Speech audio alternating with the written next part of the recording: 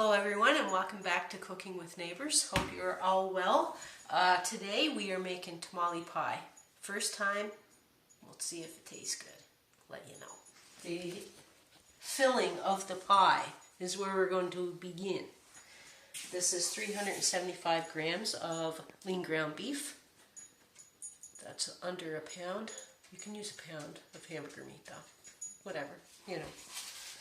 So basically it calls for a pound, but the store had this, so that's what we're using this. So into a pan, we'll drizzle a small bit of oil. Just cook the damn thing. This is 3 cloves of garlic, minced. We'll put that in there. It's a teaspoon of kosher salt. This is a teaspoon of cumin, ground cumin. This is a teaspoon of Mexican chili powder, but use whatever chili powder you have, okay? And you have a taco seasoning mix, like a package of that. Put that in instead, right?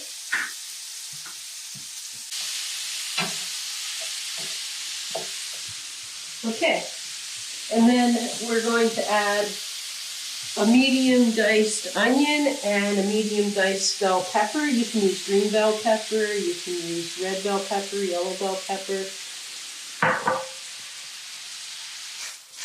Just a couple of stalks of pepper. Move this out of the way. Now this recipe calls for some frozen corn, but I don't have frozen corn on hand, so I have canned corn, so I'm going to use that. But I'm going to wait until this gets good and browned up and the vegetables in it get softened before I add the corn. So this is browning, and I'm going to add a can of corn. And to this you can add crushed tomatoes, about 8 ounces of crushed tomatoes. But I got a big can of crushed tomatoes that I don't feel like opening for just a little bit of it. So I'm going to add a few tablespoons of tomato paste, probably like 3 tablespoons.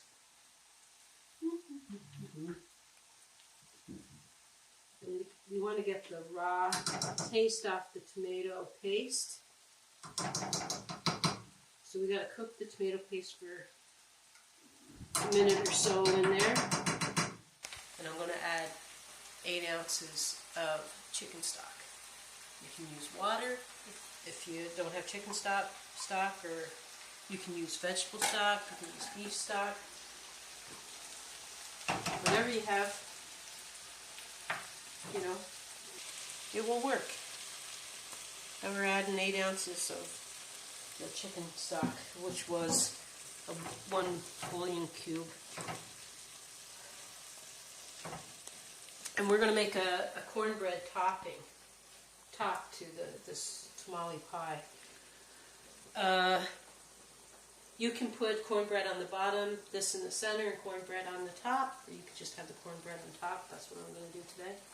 And now, this is a teaspoon, or it's a little bit more than a teaspoon of cornstarch. So this is going to thicken that up. So if you use a teaspoon of cornstarch, use a teaspoon of water. Use a half a tablespoon of cornstarch, use a half a tablespoon of water. Are you still recording? Yeah. Okay, so now this is the cornstarch slurry. When you add the water, give it a stir, and it'll turn from a paste to a nice liquid. And then we add that liquid. I forgot. I shouldn't talk. That's okay. You're allowed to talk, Casey. All right. You can ask questions. You can join in. You're allowed. You're part of this, right? Okay. So now I'm going to turn that off. That's thickened up. Throw my stuff in the sink here. I'm going to move this aside, let it cool off a bit, preheat my oven for 425. In this bowl, I have 1 cup of cornmeal. It is a medium ground cornmeal. This is Bob's Mill. The recipe on the back is pretty much what I am following. However, the recipe on the back says to use whole wheat pastry flour, which I don't have. So I'm using a cup minus 2 tablespoons of all-purpose flour. The reason why minus 2 tablespoons when you're using all-purpose flour instead of the pastry flour, pastry flour is a little bit lighter. Now to that bowl, we're going to add a 1/4 cup of melted butter, 1 egg, tablespoon of sugar, a teaspoon of baking powder, and a teaspoon of salt. And now my melted butter. I just don't want to scramble my egg with the warm. Wow. Well, I don't want my egg to cook because of the warm butter, so I'm so slowly adding it so that my egg doesn't end up cooked. There. Then to this, I'm going to add a cup of milk. What is this? This is the cornbread. That'll give it that tamale type of flavor to it. So you want to blend it, but we don't want to mix it to death. But we do want to blend it. Pretty good.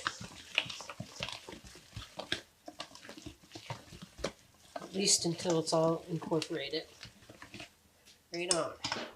It's going to bake for about 20-25 minutes in the oven once it's preheated. I'm gonna put it on top. You can put some cornbread on the bottom, like half and half on the bottom, half on the top. But I like a shepherd's pie. When the mashed potatoes are on top of all your mixture, that's the way I think I like to make this, like sort of similar concept. Alrighty. That's pretty cool.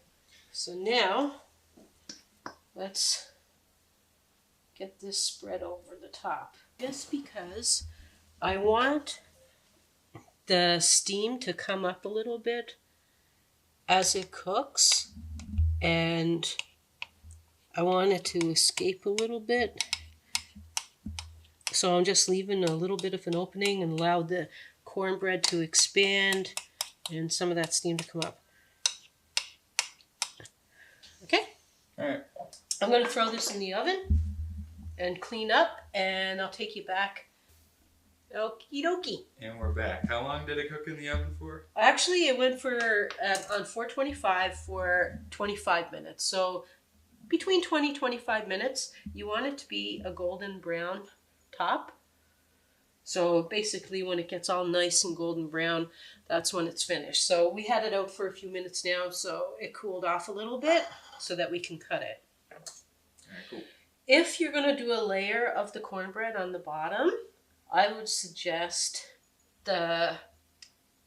grease your pan, like butter your pan, or use cooking spray or something, and then put a layer of the cornbread, and then the filling, then the cornbread on top.